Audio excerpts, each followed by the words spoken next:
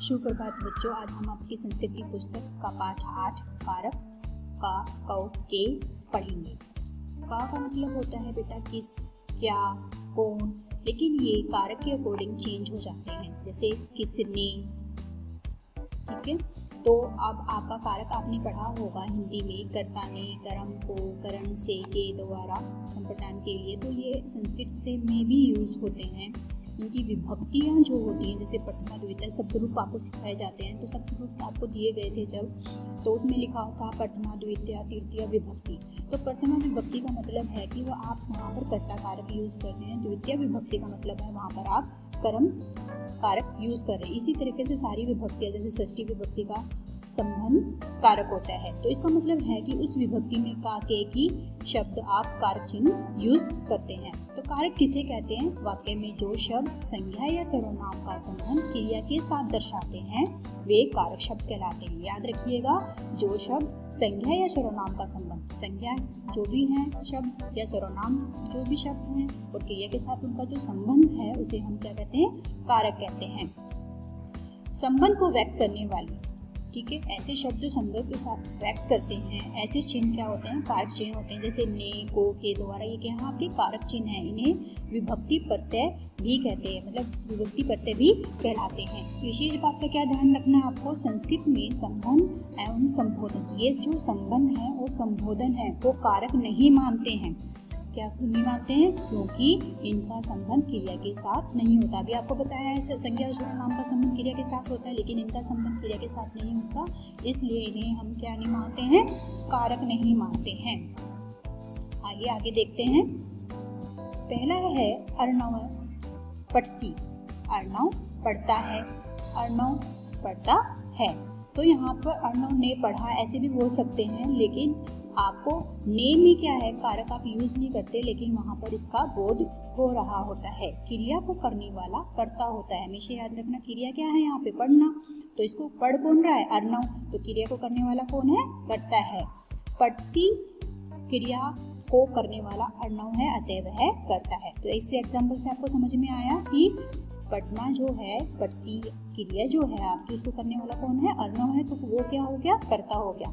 संस्कृत में कर्ता के लिए प्रथमा विभक्ति का प्रयोग होता है। तो समझ लीजिए, जो भी करता है उसके लिए कौन सी विभक्ति यूज होती है? प्रथमा विभक्ति यूज होती है। मतलब काम करने वाले को क्या कहते हैं?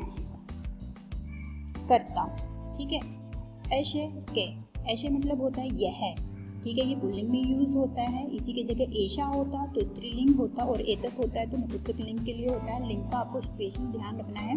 ऐसे के यह कौन है? ऐसे बालक है, यह बालक है। सा का वह कौन है?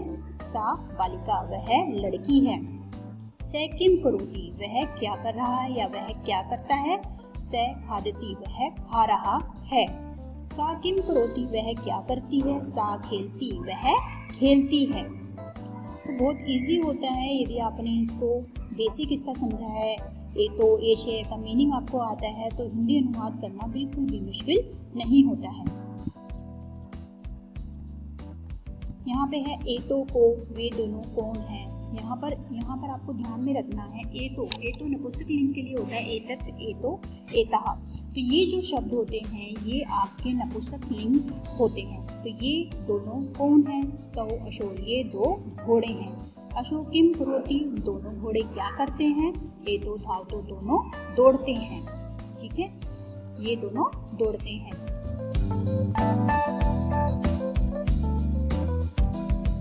अब आपका आ जाता है एते के, ये दोनों कौन हैं? एते महिले, ये दोनों महिलाएं हैं। ते पचते, क्या करती हैं? ये दोनों पकाती हैं। एते के, ये सब कौन है? एते छात्रा, ये सब छात्र हैं, मतलब विद्यार्थी हैं। ठीक है।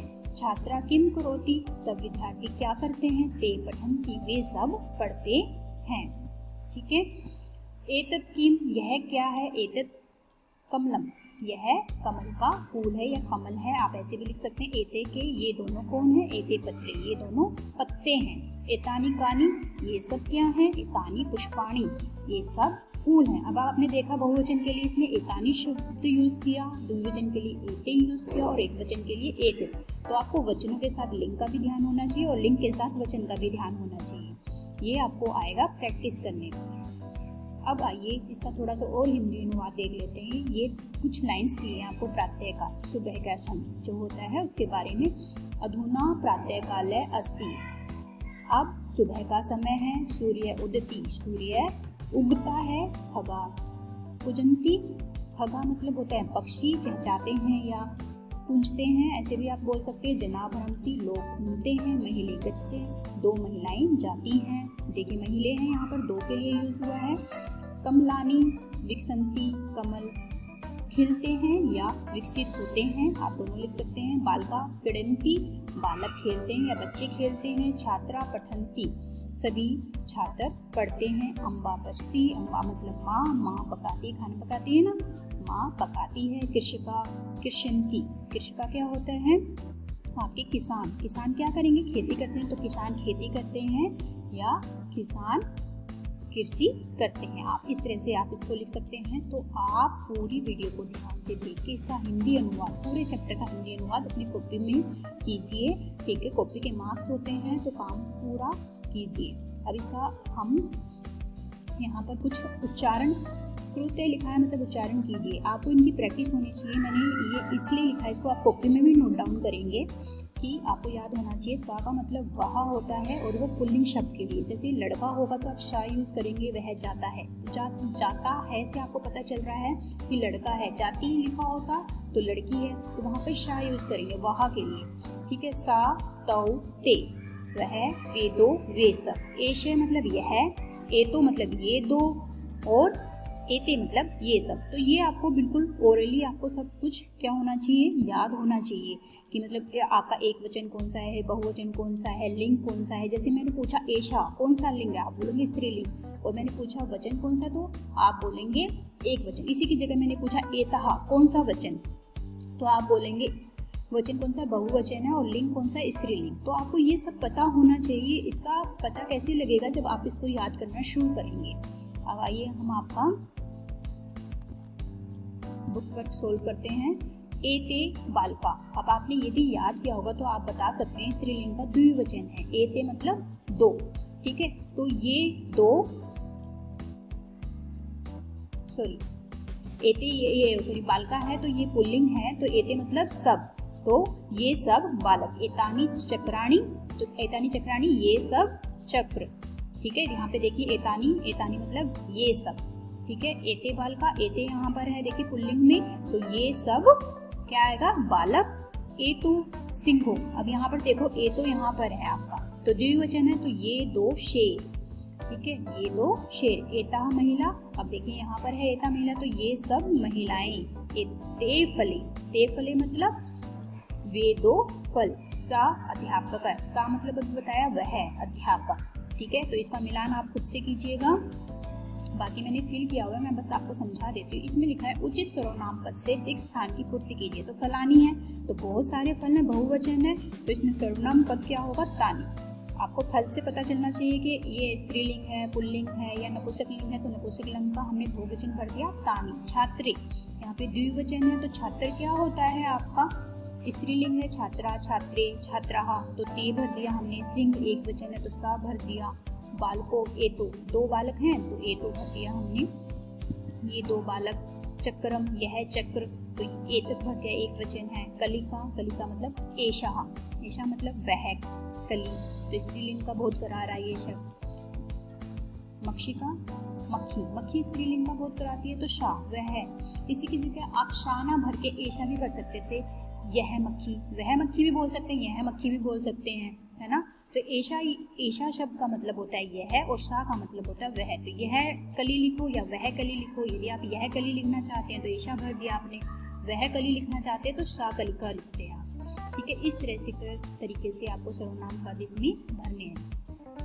तो निम्न शब्दों को उचित स्थान पर लिखिए। तो अब आ गया ना आपका एक वचन, द्विवचन, बहुवचन। यदि आपको नॉलेज होगी तो आप पहचान पाएंगे कि एक वचन कौन सा है, द्विवचन क्या है। द्विवचन की मैं आपको एक मोटी सी पहचान बताती हूँ। इसमें हमेशा एक ही मात्रा या बड़े ओ की मात्रा आती है। जितने भी शब्द हैं, जैसे खगो मात्रा आ रही है इसमें ओ की, बाले इसमें भी एक ही मात्रा आ रही है, कोकिले इसमें भी एक, हमेशा द्विवचन होता है। सबसे पहले आप द्विवचन फिल कर लें, फिर उसके बाद यदि आ का डंडा और विसर्ग लगा है तो वो बहुवचन होता है। जैसे अजा और मृगा में लगा हुआ है चक्राणी, आणी यदि जुड़ा हुआ है तो वो बहुवचन होता है। बाकी जो बच गया वो आपका हमेशा एक वचन होता है। तो इस फॉर्मूला को आप यूज कर सकते हैं पहचानने में। नेक्स्ट है आपका कि कर्ता पद चुनकर रिक्त स्थानों की पूर्ति कीजिए। इसमें विकसंति, यदि आपने मैं पहले ही चैप्टर ध्यान से पढ़े होंगे तो ये उसी के बेस पे ती तय अंति। अंति मतलब क्या होता है? बहुवचन। विकसंति क्या होगा? पुष्पाणी। तो यहाँ पर भी हमें बहुवचन ही शब्द करना है। था, देखिए पी पर था यानी सी थ। तो ये आपका क्या है? पुरुष पढ़े थे आपने, प्रथम पुरुष, मध्यम पुरुष, उत्तम पुरुष। तो मध्यम पुरुष का द्विवचन है तो त्वम, युवाम, यूयम। सॉरी, ये आपका मध्यम पुरुष का बहुवचन है तो उसमें यूयम भर देंगे हम। तो इसी तरीके से ये सारा फिल हुआ है। तो ना समझ में आए तो एक आपका मैं डेमो क्लास लूँगी जूम पर, तो आप उसमें ये सब पूछ सकते हैं कि मैम ये चीज़ समझा दीजिए, लेकिन आपको थोड़ा अपने आप से याद करना होना चाहिए ताकि मैं पूछूँ तो आपको बताना आना चाहिए। नेक्स्ट चैप्टर हम नेक्स्ट क्लास में पढ़ेंगे कारक कम को कान। Thank you for the today class.